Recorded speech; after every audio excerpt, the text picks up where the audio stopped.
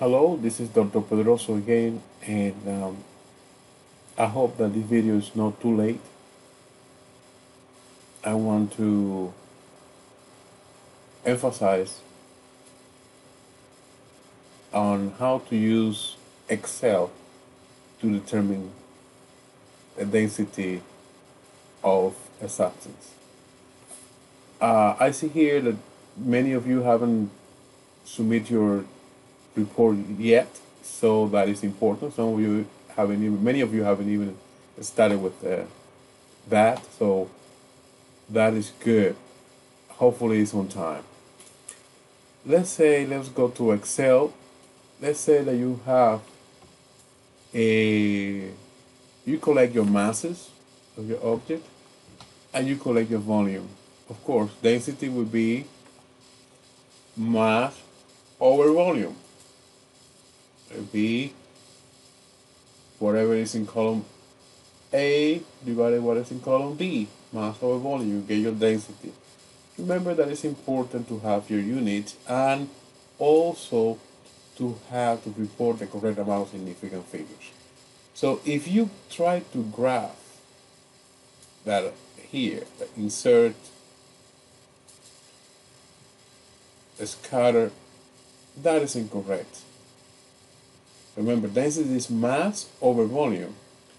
Your axes have to be correct.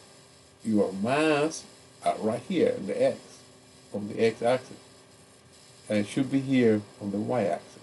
So this is incorrect.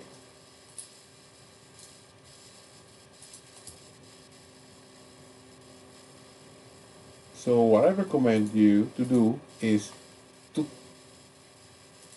enter here in this column A, enter the volume, remember the units,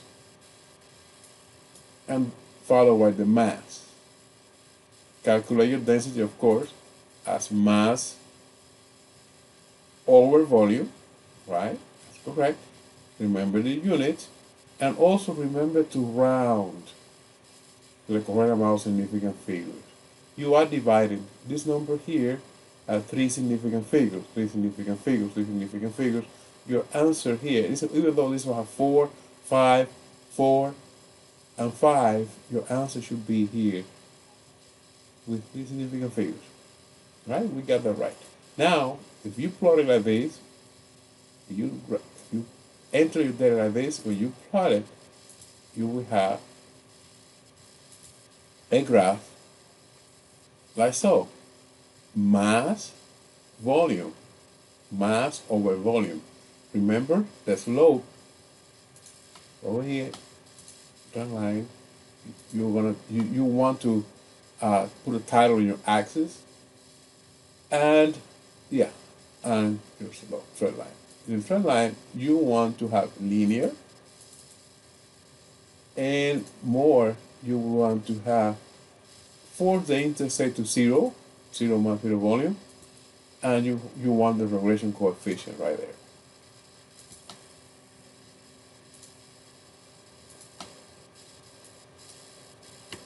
Here, the slope, this follow the equation of a straight line.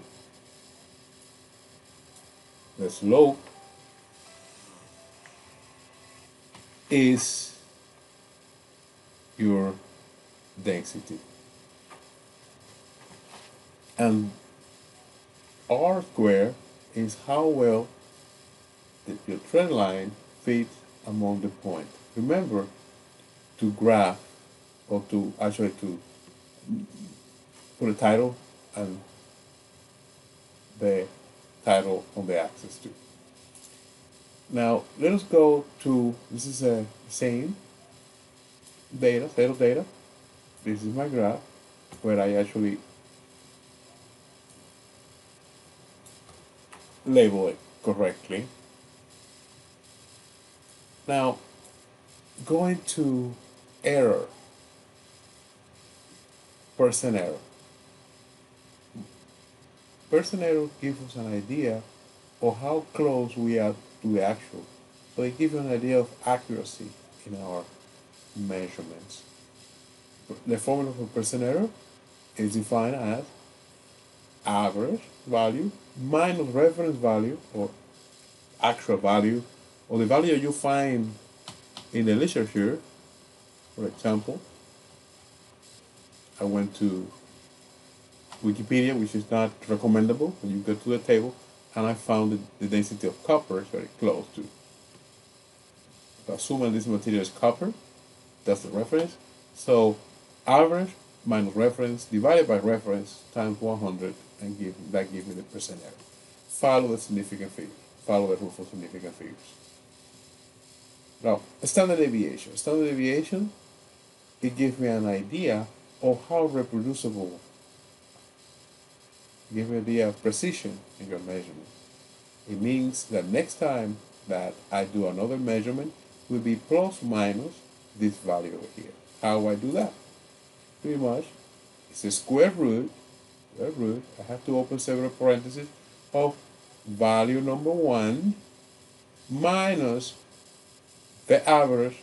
I square that plus value number 2 right here minus the average, square that, and so on. And all that I divided by number of experiments 1, 2, 3, 4 minus 1 is 3. And that gives me the standard deviation. When I report my density, I have to refer to the percent error of my determination and my standard deviation. So you report the density of this material is 8.83 plus grams per cc plus minus 0.061. Thank you. I hope that this clarifies a little bit about how to use Excel to find the density. It is important, one more time, that you notice that the density is given here by the slope of the graph. This is the density. It's very close. You can actually determine the percent error and compare the percent error of the mathematical version versus the graph. The graph is like an approximation or calculation of the density. Right? Density. This slope is the density. And we are going to use this several times during the semester using the straight line or linear regression to find a value, to find the slope.